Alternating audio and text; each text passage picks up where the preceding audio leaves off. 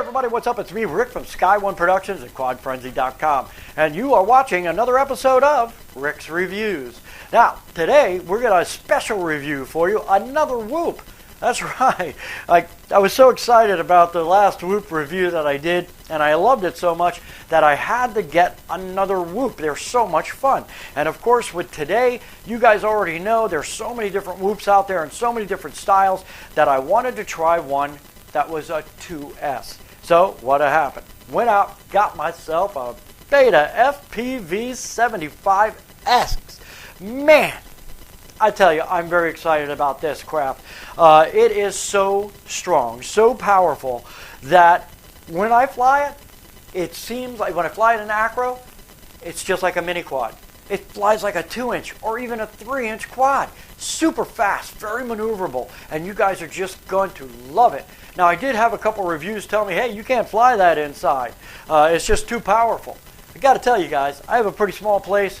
I was able to fly it inside without any issues at all. Just throw it in acro. Throw it in angle. And if you're in angle mode, you can fly it in any pretty much enclosed space. That is pretty docile. You throw it into, it also has horizon mode, so it gives you a little more aggressive maneuver, but you could still fly it inside. I probably wouldn't fly it inside with horizon mode. I'd probably save that for outside as well as acro, because this can go acro, and when I tell you when it does go acro, it's like a 3-inch Whoop. It just screams. You're able to do all kinds of great tricks with it, and you could, so small that you could fly through anything.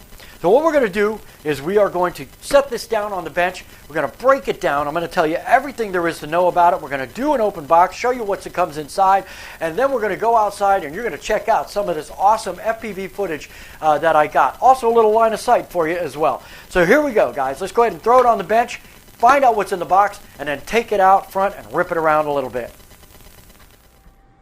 All right, guys, so here we are on the bench, and here's all the cool stuff that you got in the little box there, okay? So there you are. I already did the open box, so I'm not going to do that again.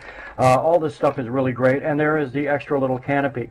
I told you I was going to tell you a little bit about why they did put in an extra canopy and exactly what that's all about. Well, if you guys take a look at this canopy, it is pretty cool, but it's flexible, but it's also fairly brittle, as most of these little canopies are. They're just made of like a cheap thin plastic, and they break fairly easy.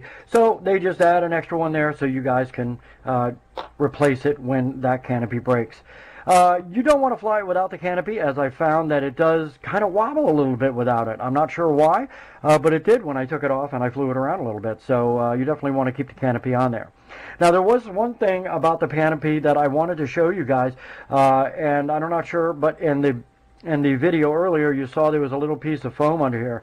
And if you take a look at the canopy, it actually covers part of the lens of the camera. Now, this lens sits at a 35-degree angle, which sits about like that, which means this thing is going to be a screamer, because I really like that angle. However, at that angle, the top of the lens is covered by the canopy. Now, there's two ways that you can do this. What I did at first, because I was in the field and didn't have a razor, was I just took some of my foam padding that I had in my bag, and I stuffed it under here, and as you could see, it just lifted that canopy up just ever so slightly, so that it would not hinder my view at all. I did find, however, that the little foam pieces came out and the props did catch on it a little bit, so I had to take that out. What I'm probably going to do is I'm going to take my little X-Acto knife, or you guys could use a razor blade, and you could just cut right along here very, very small, and then just cut that out so that the camera doesn't have any piece of the canopy over top of the lens. So there you go. I just wanted to let you guys know why I had done that. Now, for the specifications of this, we're talking about 41 grams without a battery, and that is, I don't know, I guess that's about standard for most of the tiny Whoops that are out there. A little bit heavier, but there's a reason for that, and I'll get into that in just a second. The motors are 1103s. Very nice 1103 motors.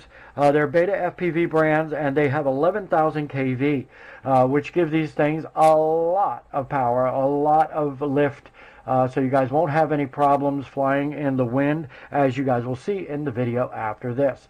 The props are 40 millimeter 4-blade props, and they have the 1.5 millimeter shaft hole, just in case you guys want to change the props out. Like I said, a lot of people say, oh, well, I'm going to change the props. Well, I think these props are great. I don't think there's any need to change them at all.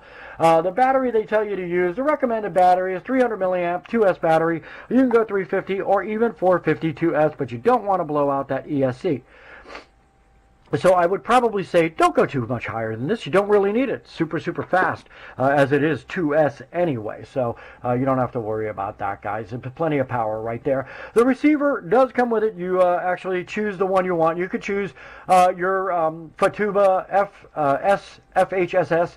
You could go with the FR Sky, which is the one that I have there, or you could even use your Spectrum or DSMX with this quad, as it is compatible. The FC is compatible with all. Now, it does have smart audio port, is available for the radio control for the VTX, just in case you guys want to put that in there and change it on the go.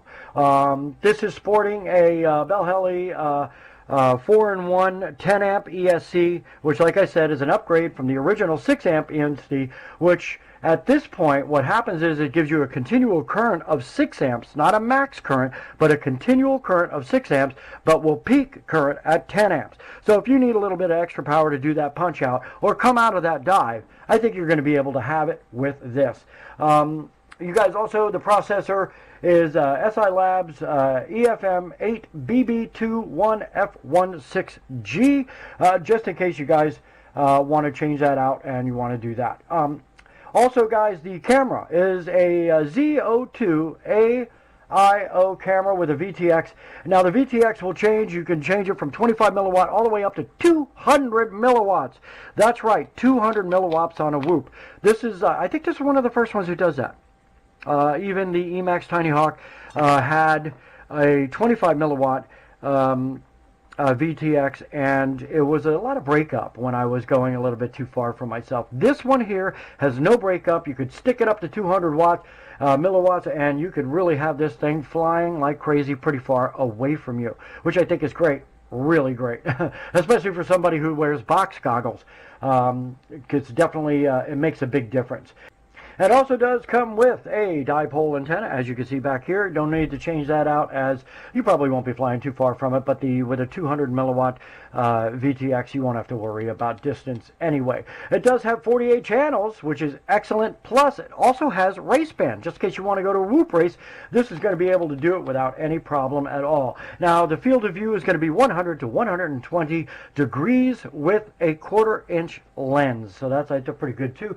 You guys will be able to have a good field of view when you're flying. I think it's pretty awesome right there. Anyway, guys, this is really great. Got the F4 processor, F4 FC in it, which is really awesome, and it is running an Omnibus 3.5.0 firmware. I did see a 3.5.1. If you want to flash it, you can. I don't do that. I don't flash it unless it flies really crappy or something happens to it. But this one happens to fly really, really awesome, and I don't want to flash it because I think it's pretty good. You guys will be able to see that coming up in the FPV footage that I shot.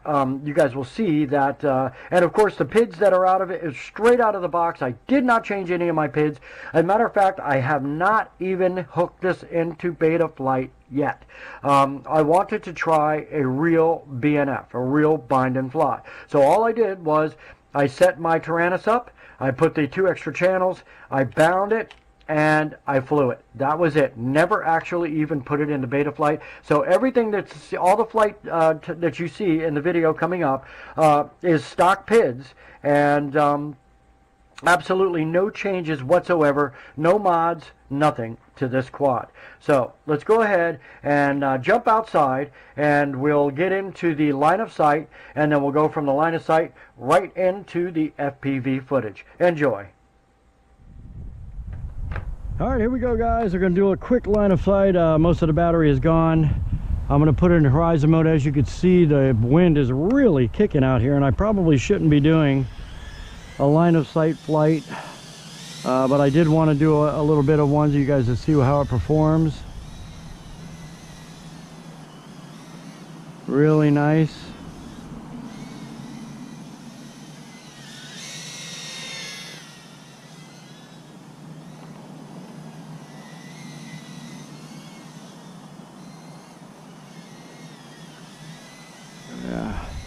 I got it in horizon mode. I think the angle mode is slightly timid. Let's go ahead and do a punch out. Wow. And that's a whoop doing a punch out like that. See that, guys? Wow. I'm gonna try that again. Again, this is battery's just about toast on this thing.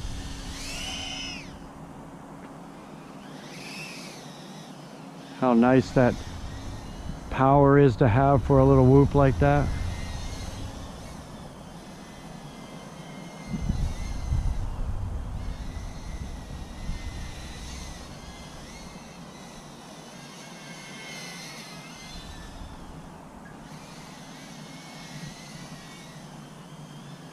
Not bad. Tried to do a barrel roll with it, but for some reason in horizon mode it won't do it. I guess you got to go full acro. Of course, you guys will see that rate when I do the FPV footage. So let's go ahead and set her down and we'll get right on with that FPV footage.